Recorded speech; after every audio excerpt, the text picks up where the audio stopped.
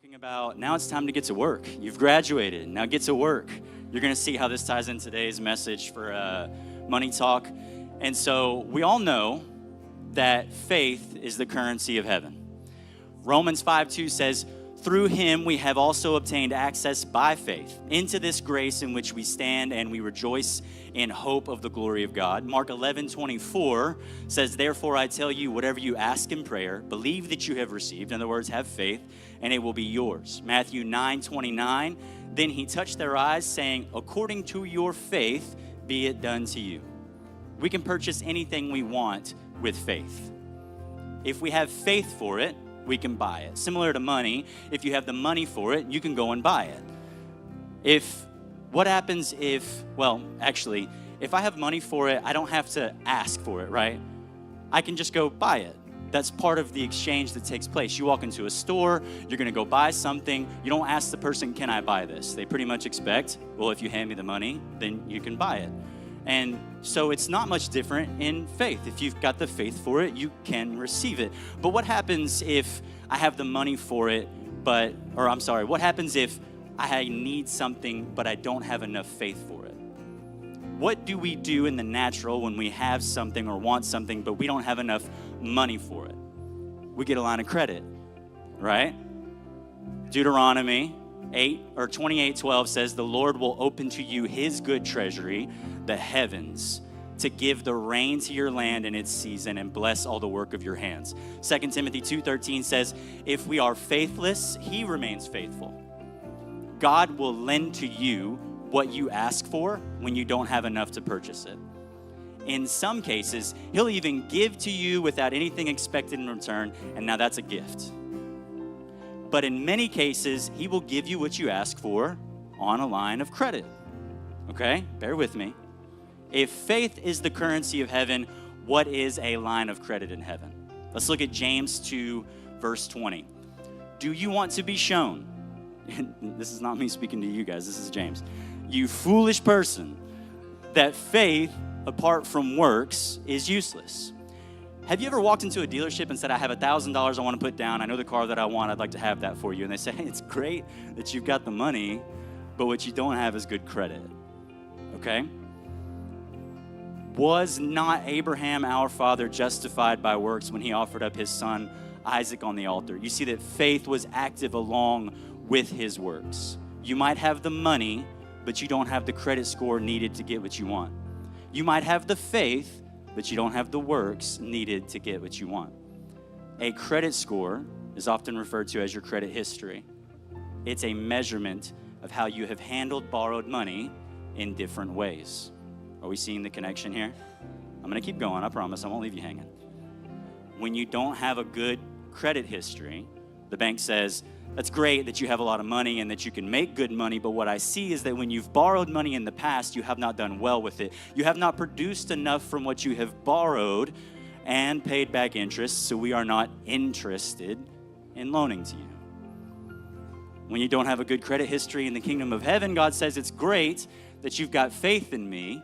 It's great that you have faith to receive what you're asking for, but what I see is that when I have lended you things in your past, you have not produced enough from what I have lent to you to show me that you would produce what you're saying you're going to produce for what you're asking for today. Here's an example of how the early church said, we can't lend to you. We actually can't even give to you if you act like this. 1 Timothy 5:8.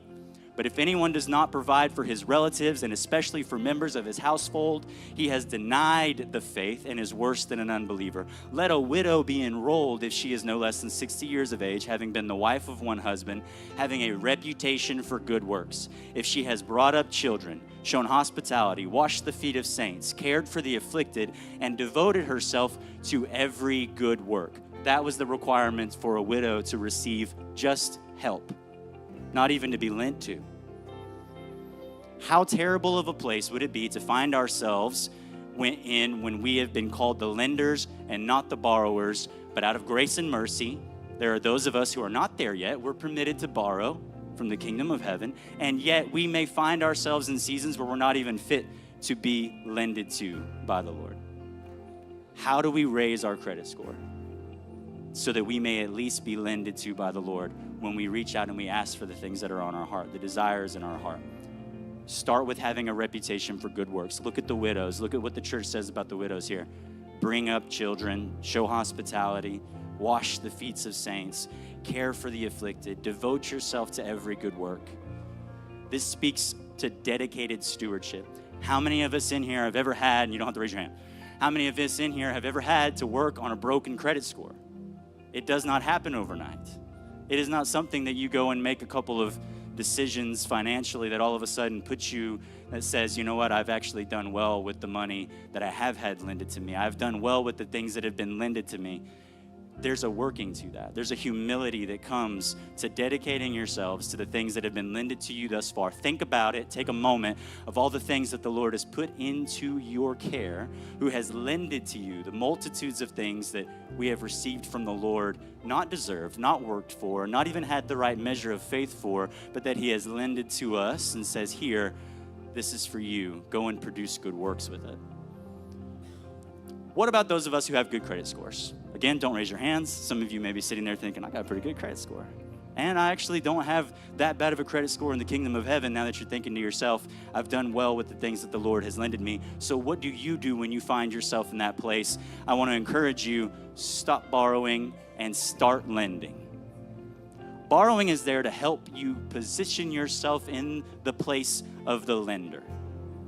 It is not there to sustain your entire lives. Let's look at Deuteronomy 15, verse 7. If among you one of your brothers should become poor, if any of your towns within your land that the Lord your God is giving you, you shall not harden your heart or shut your hand against your brother, but you shall open your hand to him and lend him sufficient for his need, whatever it may be. There are people around you and in your lives who are needing to be lended to, and the Lord is using you to do it. Psalm 112, it is well with the man who deals generously and lends, who conducts his affairs with justice. Leviticus 25, if your brother becomes poor and cannot maintain himself with you, you shall support him as though he were a stranger and a sojourner, and he shall live with you. Take no interest and no profit. Last verse, Luke 6:34, and if you lend to those from who you expect to receive, what credit is that to you? Even sinners lend to sinners to get back the same amount, but love your enemies. If you take care of those around you, I'm going to put it bluntly, your family members, your loved ones, those in your community, those in your house fire, those in your neighborhood, well, the church saves money by not having to pick up your slack.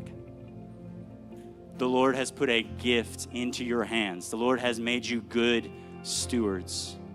Be good stewards and be good lenders to those around you. Be those who look at the heart posture, who look at the condition of those around you.